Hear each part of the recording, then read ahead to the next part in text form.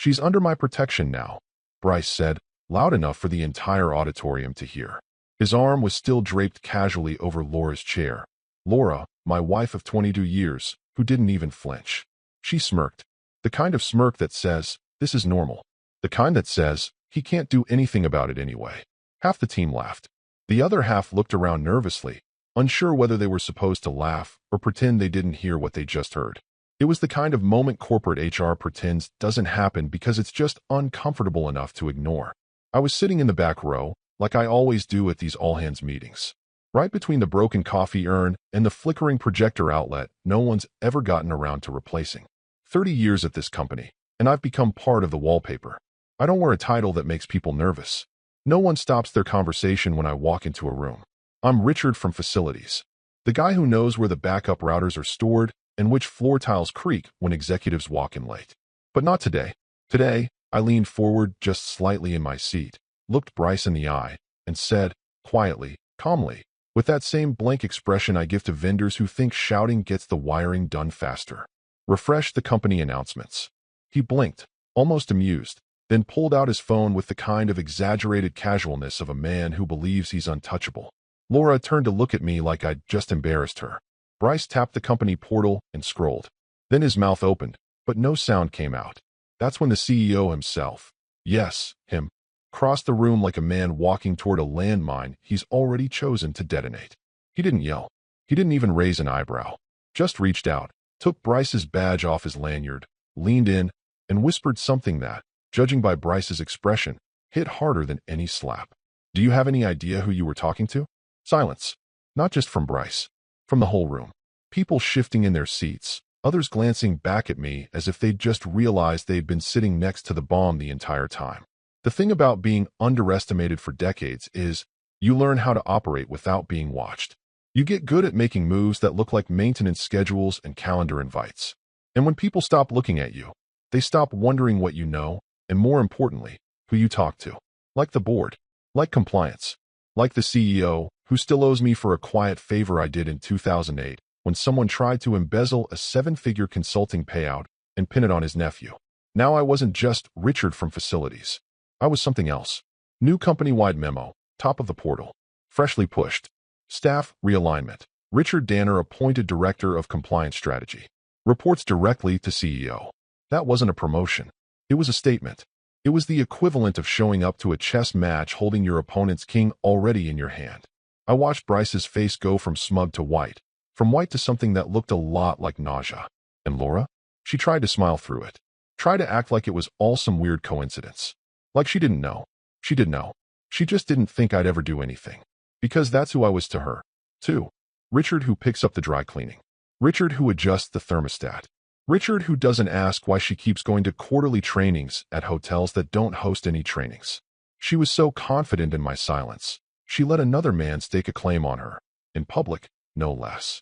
And here's where I'll make a little personal ask. If you've made it this far, and you're not subscribed yet, do me a favor and hit that button. More than 90% of folks never subscribe. And yeah, we notice. It means a lot to the team working behind the scenes on these stories. Keeps the fire lit. Thanks. Anyway, back to Bryce, who suddenly looked like he wanted to be anywhere else but standing next to my wife. He didn't say another word, just stared at his phone like it might somehow start lying to him. As if the announcement might vanish if he blinked hard enough. As if the CEO might forget the whisper he just delivered. But this wasn't a glitch. This wasn't a joke. It was the beginning. And Bryce, poor, dumb, arrogant Bryce, had no idea how deep the roots of this went, or how long I'd been watering them. Laura laughed. Not just a polite, awkward chuckle, the kind of laugh you let out when you want people to know you're comfortable. Like the two of them were in on some inside joke. She even leaned into Bryce's arm a little, as if my presence in the room was a mosquito buzz in the background. Her husband of 2 decades? The guy who sat through her mother's endless stories, who repaired the front porch she said she hated, who paid for her grad school when she wanted to feel intellectually alive again. Yeah, that guy apparently didn't warrant a glance. Not even now. Bryce shrugged as if my words were static. Still riding high off the performance, he pulled out his phone with a dramatic flair, swiped up, and tapped the company portal. I saw it happen in real time, the shift. That reflexive smirk, the arrogance embedded deep in his bones, evaporated in exactly 3.7 seconds. His face didn't just fall, it deflated. Eyes narrowed. Lips slightly parted like he was trying to breathe through a straw. His thumb hovered over the screen like it was hovering over a live grenade. Staff realignment. Richard Danner appointed Director of Compliance Strategy. Reports directly to CEO. The silence that followed didn't feel awkward.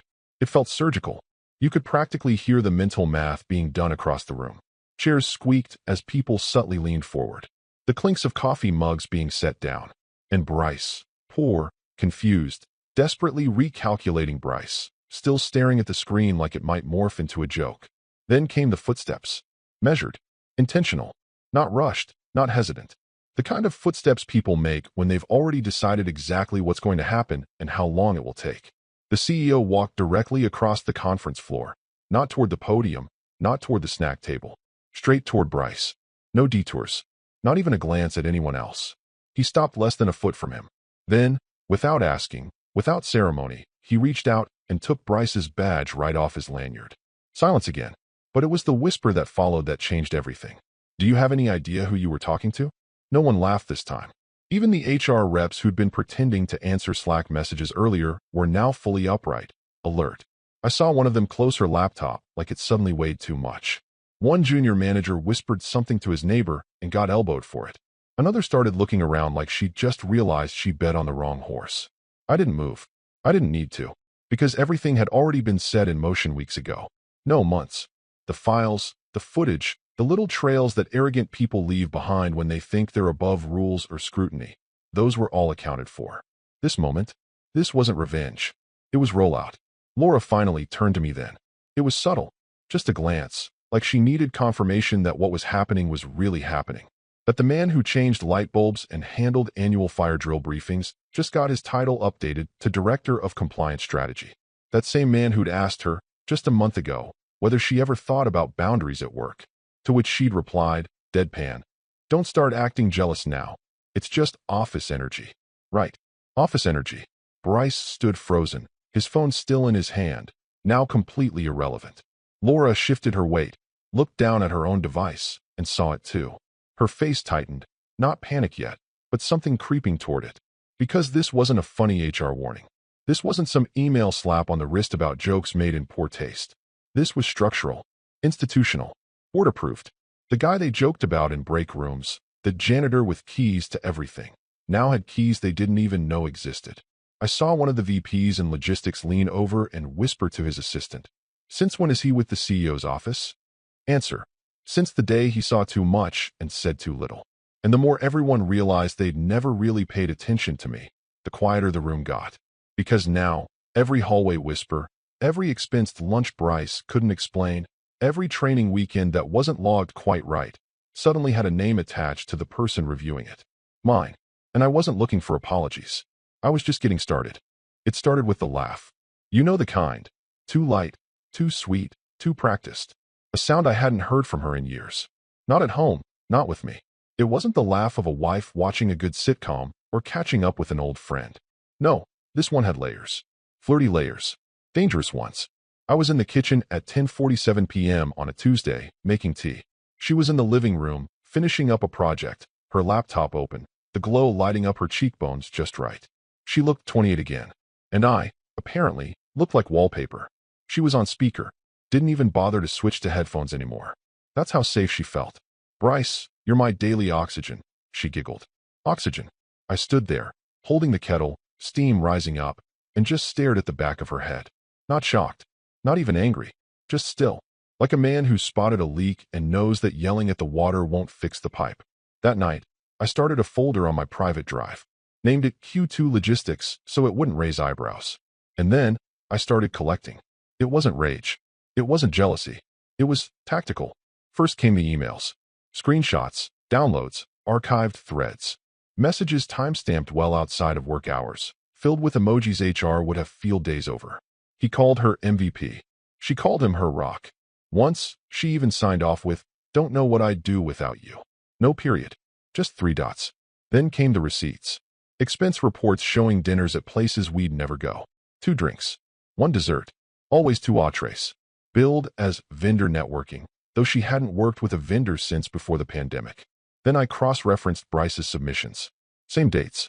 Matching times. Identical mileage reimbursement. After that, I reviewed the conference calendar. That's when things went from suspicious to surgical. 3 months earlier, Laura had attended a compliance symposium at a hotel downtown. No symposium ever happened there. I checked, called the venue, and pretended to be looking to register. They told me the ballroom was closed that weekend due to maintenance. But the minibar wasn't. And the parking garage logged 2 license plates staying overnight. Hers and his. I didn't tell her I knew. Not yet. Instead, I reconnected with an old friend, Evan, CEO, once a golf buddy from back in the days when I still played on weekends. We hadn't spoken in nearly a year. But when I texted, "Need to speak," quietly, "Think there's a compliance risk brewing," he called me before I'd even finished my coffee. We met off-site, a quiet steakhouse with soundproof booths. I laid out a few of the early patterns. He didn't interrupt. When I finished, he nodded and said, "How public do you want this to go?" "I don't," I said. "Not yet. I want to be surgical. I want this clean, controlled, documented." Evan sipped his bourbon, stared at me for a long second, then smiled without humor. "I knew there was a reason I liked playing against you. You always made your move 2 holes before I saw it coming." From that moment forward, I wasn't just documenting. I was preparing, laying groundwork, watching patterns, noticing who else was laughing too long at Bryce's jokes, who started avoiding eye contact when Laura walked into a meeting. Every detail mattered. I began reviewing the compliance pipeline, subtly, of course. Looked for weak spots in departmental spending, quiet irregularities in mentorship sign-offs. Bryce had made himself a little empire inside the walls of HR and strategic ops, and no one questioned him. Not because he was good, he wasn't, but because he was likable, because he told jokes, remembered birthdays, smiled big. Laura had always fallen for that kind of performance. Big teeth, small spine. Meanwhile, I moved on the back end. I updated my internal credentials under the pretense of prepping for our semi-annual facility audit. Nobody blinked. I had admin clearance already. I just routed access for compliance review under a generic placeholder tag. Legal wouldn't notice. Not yet. And finally, I told Evan, "If it gets messy, you step out. Let me absorb the fire." He just said, "Richard, you're the last guy I'd bet against." Funny thing about trust, it only feels risky when it's new. I'd been loyal to this company longer than Bryce had been out of college. They forgot that, but Evan didn't. So while Laura laughed in our living room and Bryce cracked jokes in team sinks, I watched, waited, built, because some men punch walls and others lay foundations. She didn't knock. She slammed the door hard enough that the glass pane rattled, then stormed in like she still lived in some reality where I had to explain myself to her. "You ambushed him," Laura snapped, hands on her hips like a principal scolding a student. "You embarrassed me. In front of everyone." I didn't look up right away. Finished typing the last few lines of a compliance escalation draft, hit save, and closed the file. When I finally met her eyes, she was already fuming. Red cheeks, clenched jaw, the full catalog of performative outrage. The same face she made when a server brought her the wrong wine, or when the dry cleaner folded her blouses the wrong way. I kept my voice flat, calm. I protected the company. That's my job now.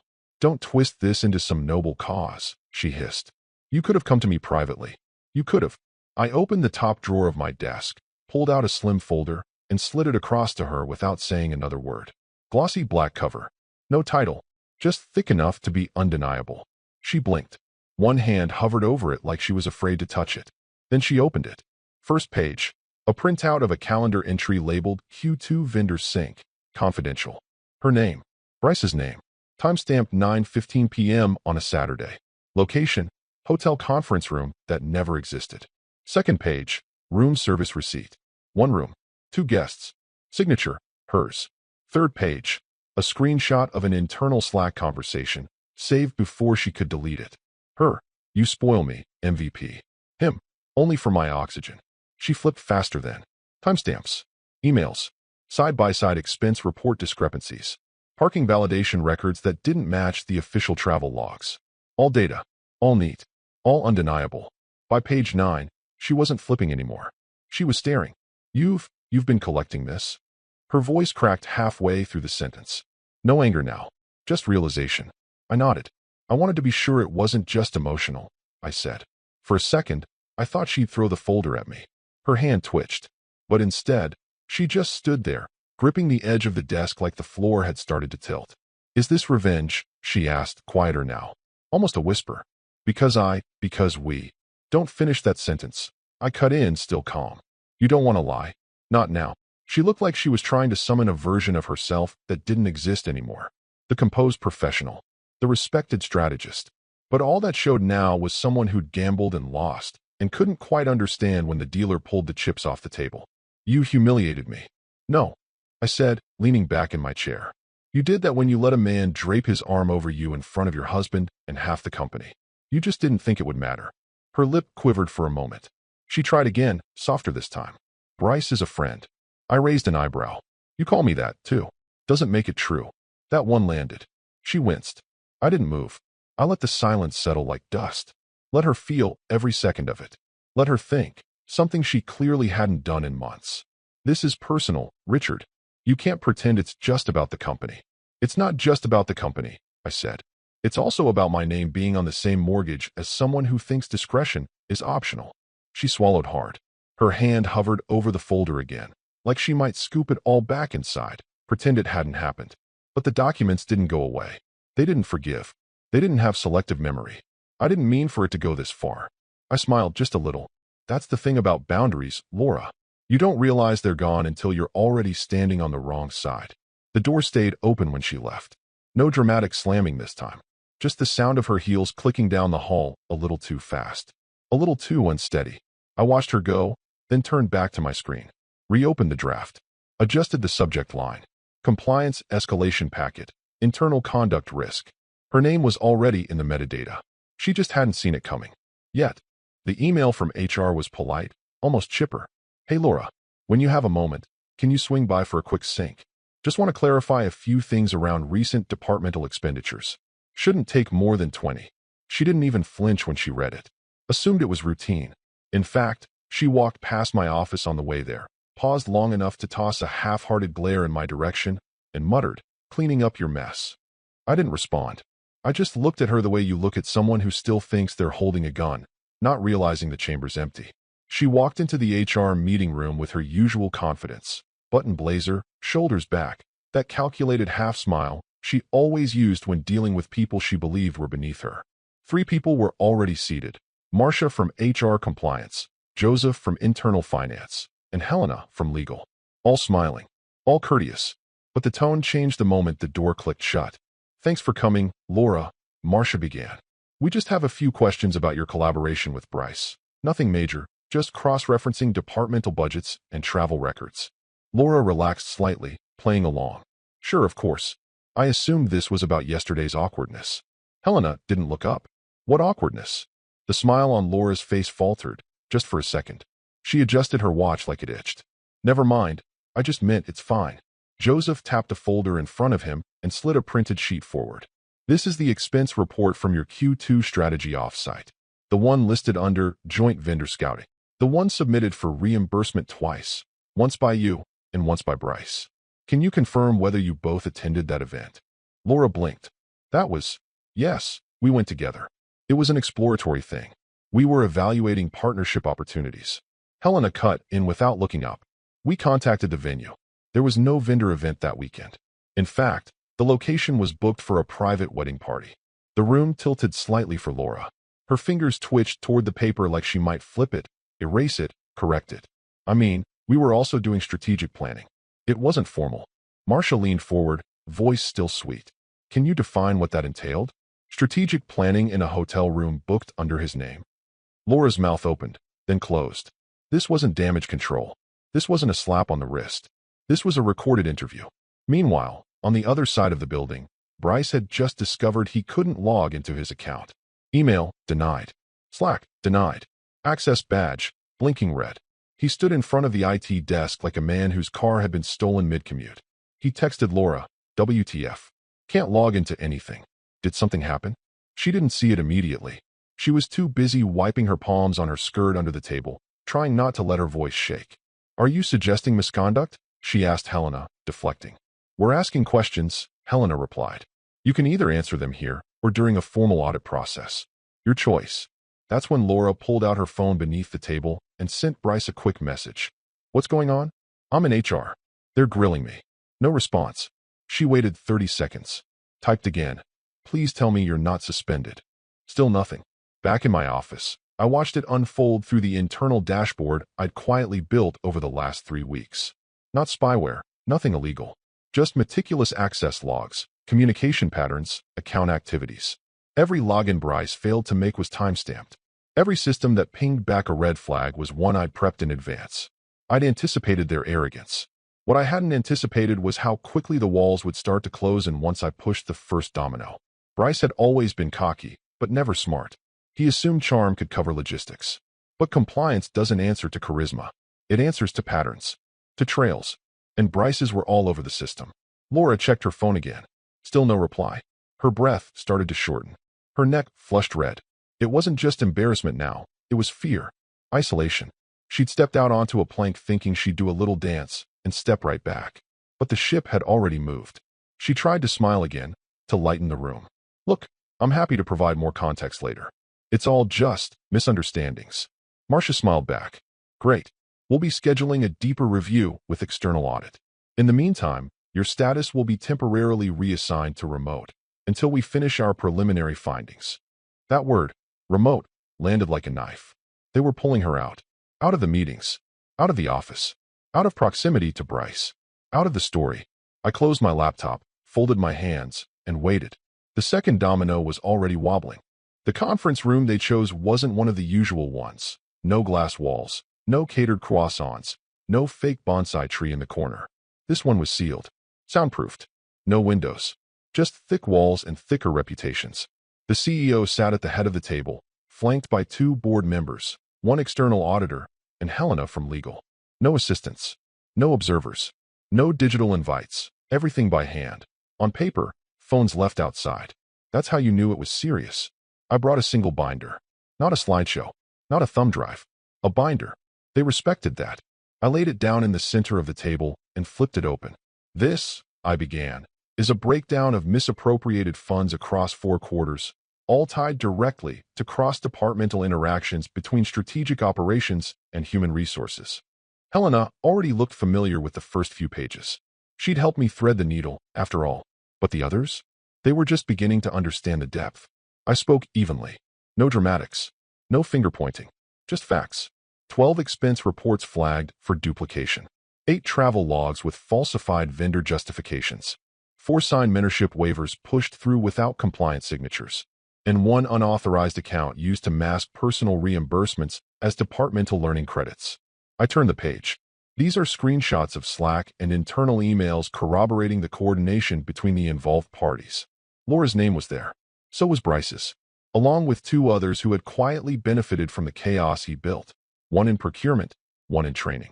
I didn't smile. I didn't gloat. I let the weight of the documents do the work. The dates, the timestamps, the structure. Because fraud isn't about one smoking gun. It's about architecture. They'd built a little castle of lies, and I brought the blueprints. When I finished, I slid a copy of a report labeled Investor Vulnerability Matrix, Internal Ethics Risk Factors to the CEO. This was your biggest liability. Not because of scale, but because of visibility.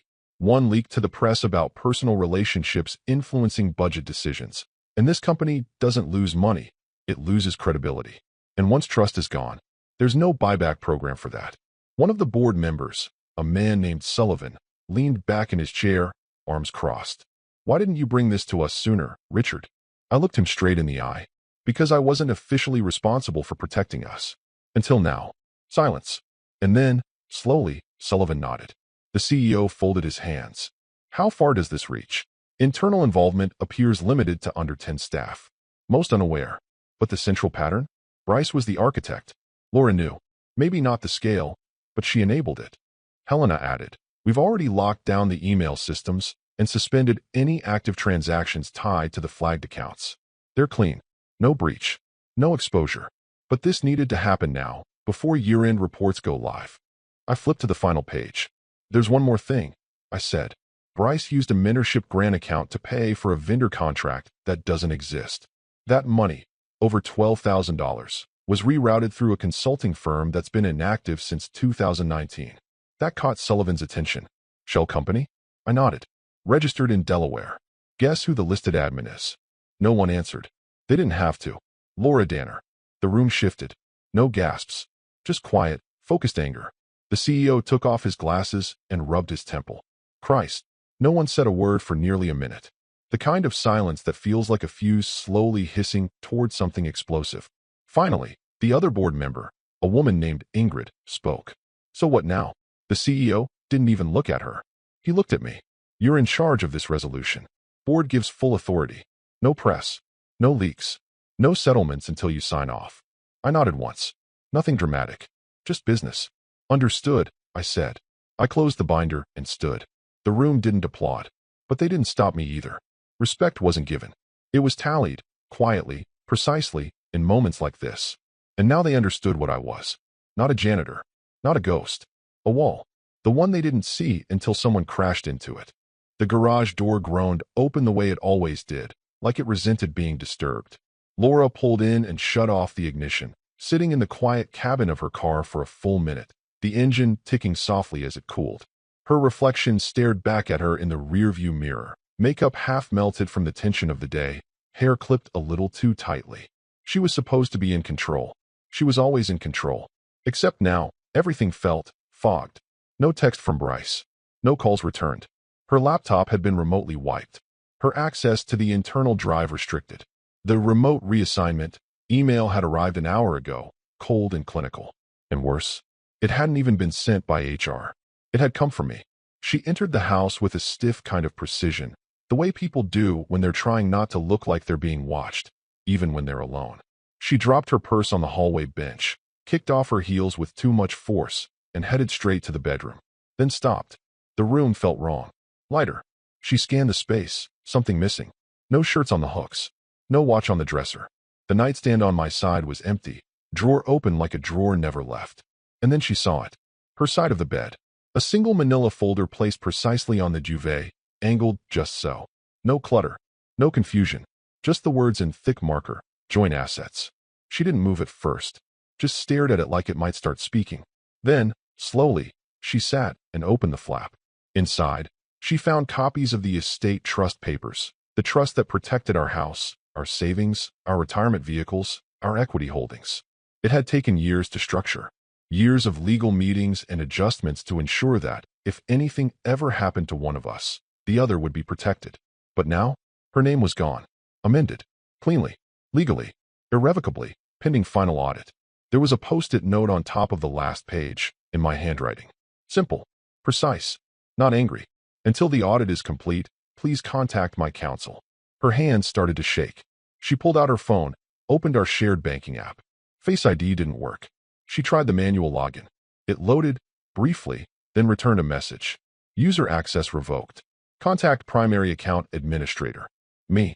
She opened the drawer on her side. Passport, gone. Desk drawer, her backup credit card. Declined earlier that day. She remembered. She thought it was a glitch. Now she knew. This wasn't a glitch. This was containment.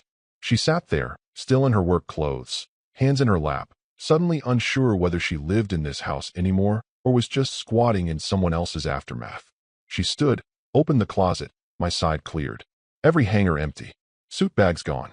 Even the little ceramic tray I kept my cufflinks in had vanished. But I hadn't taken everything. On the bathroom counter sat a single framed photo. The two of us, maybe 15 years ago, standing in front of a lake somewhere in Vermont. She was laughing. I was squinting against the sun, one hand on her shoulder. She picked it up. On the back, I'd taped a printout. The image metadata from her phone, proving the date, was altered. She told me it was from our anniversary weekend. It wasn't. It was from a conference she'd taken without me. The final straw. She walked back into the bedroom, sat on the edge of the bed, folder still in her lap. The silence wasn't peaceful. It pressed into her chest. Not with guilt, but fear. Real fear. Because for the first time, she realized she didn't know who I was anymore. Or worse, that maybe she never did. And now, there was no conversation to have. No apology ready. No text from Bryce. No plan. Just the hum of the refrigerator downstairs. And the dull, echoing sound of her own breathing in a house that was no longer hers. Bryce always walked into the office like he was a sitcom lead entering stage left. Wide grin, finger guns, cracking jokes in 3 directions before he even hit his desk. That day, no entrance. No grin. No trace. Instead, a campus-wide security ping went out at 7:42 a.m. Employee ID number 543102, temporarily deactivated. Do not override access protocols. By 8:05, Bryce's desk had been emptied. Not packed, emptied. A facilities cart rolled by with his monitor, his chair, and a stack of novelty mugs he'd always insisted made him approachable. The nameplate on his cubicle had been peeled off. His intern, Camille, stood by the printer looking like someone had stolen her dog. Laura, meanwhile, woke up to an email with a subject line so dry it felt surgical. Temporary adjustment to work arrangement. The body was even colder. Effective immediately, you are reassigned to remote-only duties pending further review of internal compliance matters. You are not authorized to contact team members during this period. She read it 3 times. She wasn't fired. Not yet. Just surgically isolated. No contact. No Slack. No video calls. Just silence. Even her calendar was stripped. Meetings vanished like smoke. Shared docs gone. Files frozen. Her name, once proudly attached to half the projects in strategic ops, had been replaced with TBD. She messaged Bryce. No reply. She called. Straight to voicemail. By noon, the whispers began. Marketing murmured first. Dan from paid media leaned over to whisper to Priya about something weird with Laura. By 1 p.m., it had spread to tech. By 2 o'clock, someone in customer analytics had pulled up Bryce's LinkedIn and whispered, "Wasn't he just speaking at that panel last week?" The chat threads exploded. Is Bryce really gone? Did Laura get demoted? I thought they were just work besties. Check the org chart. Her name's gone. Then came the ripple effect. HR summoned 2 more employees from Bryce's so-called mentor circle, Shannon from procurement and Elise from L&D. Both women had spoken highly of him in town halls, posted selfies from team offsites, and approved more than a few suspicious expenditures with his name on the memo line. Now they were being questioned. Hard. Not grilled. Just quietly picked apart. Patterns. Logs. Matching Uber rides. Flights booked on the same card. One of them had even submitted a spa treatment under corporate wellness trial. Bryce had approved it himself. By late afternoon, someone from legal quietly recommended pausing all cross-functional mentorship programs, pending a full framework review. That's when people really started sweating. It wasn't about me anymore. Not Richard. Not the quiet guy from facilities turned director of compliance. It was about the ecosystem Bryce had built. A cozy little empire of favors and flirtations, wrapped in professional jargon and just enough HR language to stay undetected. Until it wasn't. Now it was a virus. One that infected department budgets, mentorship programs, vendor relationships, and cross-departmental travel. The CFO scheduled a closed-door meeting with internal audit. The CMO canceled a planned offsite, citing budget review. Even the diversity committee paused its mentorship showcase. Because guess who'd been featured in last quarter's spotlight video, smiling beside a group of hand-picked rising stars? Bryce. Suddenly, nobody wanted their names on anything he touched. LinkedIn endorsements were scrubbed. Photos deleted. One employee even changed her "About Me" bio from proud to have been mentored by Bryce to passionate about learning and growth. Damage control, full throttle. And Laura? She sat alone at her laptop in the kitchen, logging in with limited credentials, clicking through ghosted dashboards, trying to pretend she still had a job. But even the VPN access lagged now. Her world was shrinking by the hour. She refreshed her inbox. Nothing. Checked Slack. No channels. Opened her calendar. Blank. For years, she thought she was riding the wave of internal influence. That her proximity to Bryce made her untouchable. But influence, when built on innuendo and IOUs, has a shelf life. And the expiration date just hit. Now the question wasn't just who knew. It was who allowed it. And the walls were closing in. The boardroom didn't feel like a conference space anymore. It felt like a courtroom. The air was heavier, as if even the ventilation system understood what was about to go down. They dimmed the lights slightly. Intentional, I'm sure. Subtle psychological pressure. Strip away comfort. Invite clarity. At the long glass table, I sat to the right of the CEO. He didn't speak. He didn't have to. His presence was enough. Calm. Absolute. This wasn't a negotiation. It was a reckoning. Across from me, Bryce slouched in his seat, still trying to play it cool, the ghost of that signature smirk twitching at the corner of his mouth.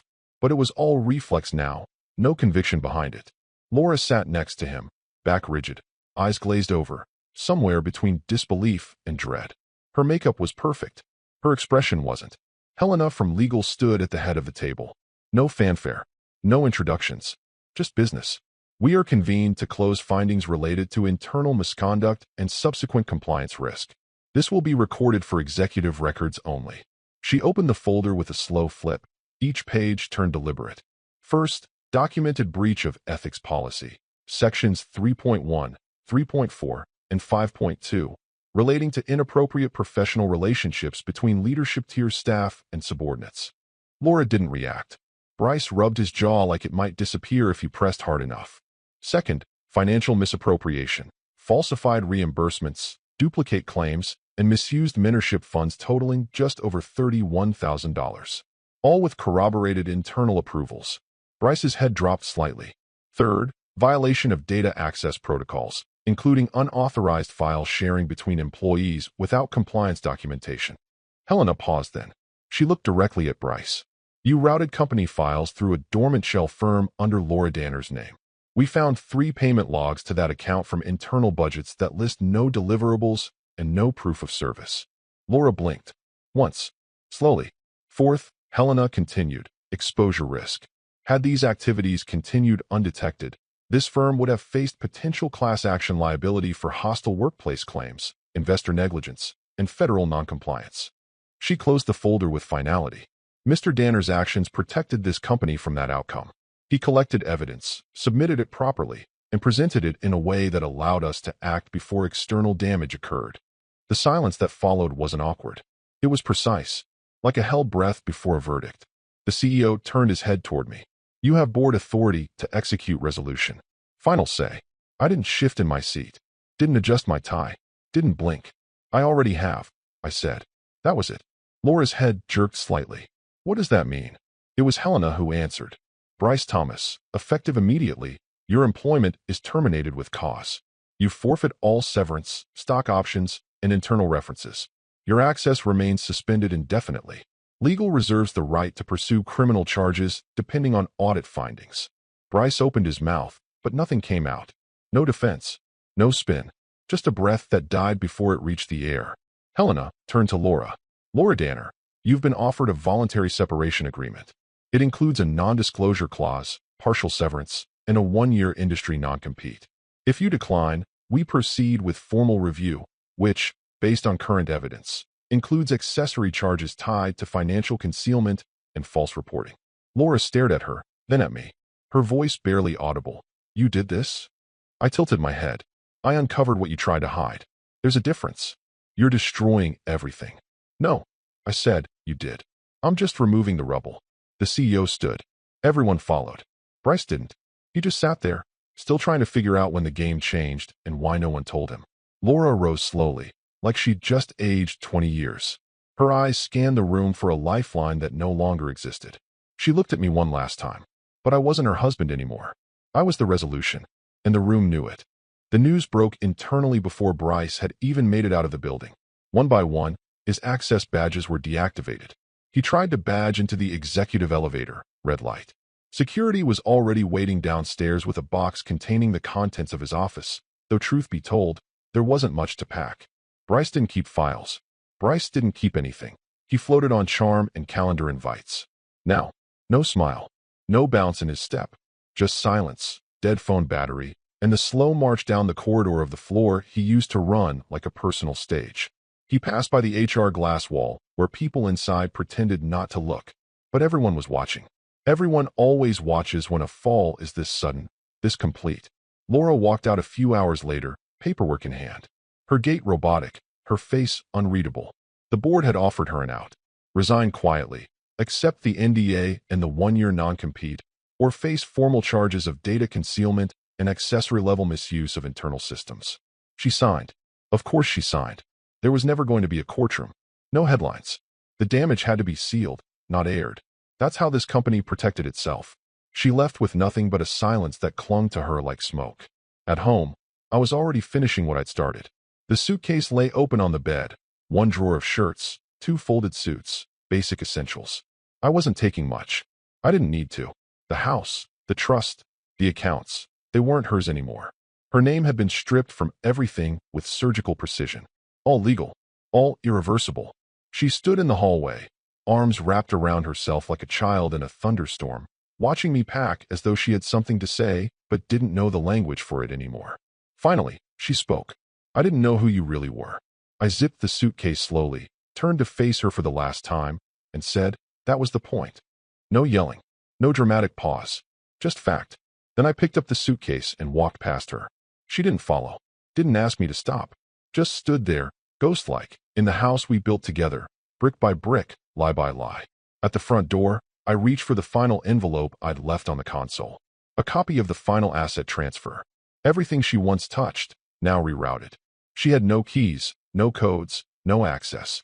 Behind me, the house stayed quiet. No apology, no goodbye, just the soft echo of my shoes on hardwood, the creak of the door as it opened, and the subtle click as it shut behind me. And that was it.